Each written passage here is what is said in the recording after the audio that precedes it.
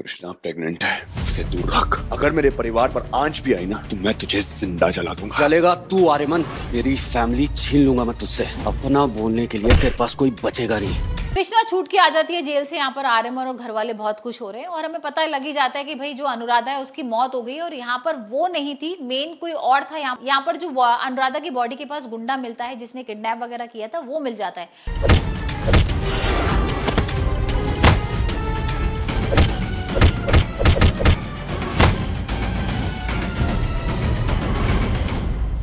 पर यहाँ पर पुलिस वाले कह रहे हैं कि भाई इसको इतना मार पीट रहे हैं पर ये अपने बॉस का नाम बताने को तैयार ही नहीं है। लेकिन यहाँ पर आर्यमन और कृष्णा के सामने सच आ गया है।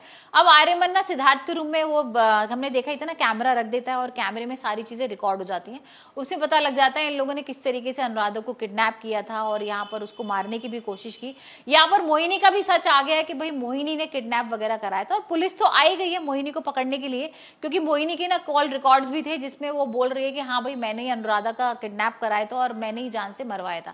अब यहाँ पर भाई सिद्धार्थ के खिलाफ भी था, लेकिन जैसे ही आर्यमन ना घर वालों के सामने वो लैपटॉप चलाते तो पता लगता है पेन ड्राइव में से सारी वीडियोस डिलीट कर दिए गए। अब हम देखते हैं कि किस तरीके से सिद्धार्थ ने मोहिनी के साथ मिलकर वो सारे वीडियोस डिलीट कर दिए। तो यहाँ पर वो हंस रहा है और बोल रहा है कि तुम क्या प्रूफ करोगे, मेरे खिलाफ तो कुछ भी नहीं और मैंने तो कुछ भी नहीं किया है, तुम सिर्फ पागल बना रहे हो, बेवकूफ बना रहे हो मुझे बदनाम करने के लिए। लेकिन यहाँ पर आर्यमन मानने को तैयार ही नहीं और आर्यमन कह रहा है कि नहीं, मुझे तो पता है ना कि तुमने ही सारी चीजें की है। यहाँ पर तुमने ही अनुराधा को किडनैप कराया था, उसको जान से मरवाया। यहाँ पर तुमने ही मेरे को कुछ नशे की ऐसी ड्रिंक पिलवाई थी जिसकी वजह से ये सारी चीजें हो रही है और मोहिनी को भी तुम ही लेकर आए हो।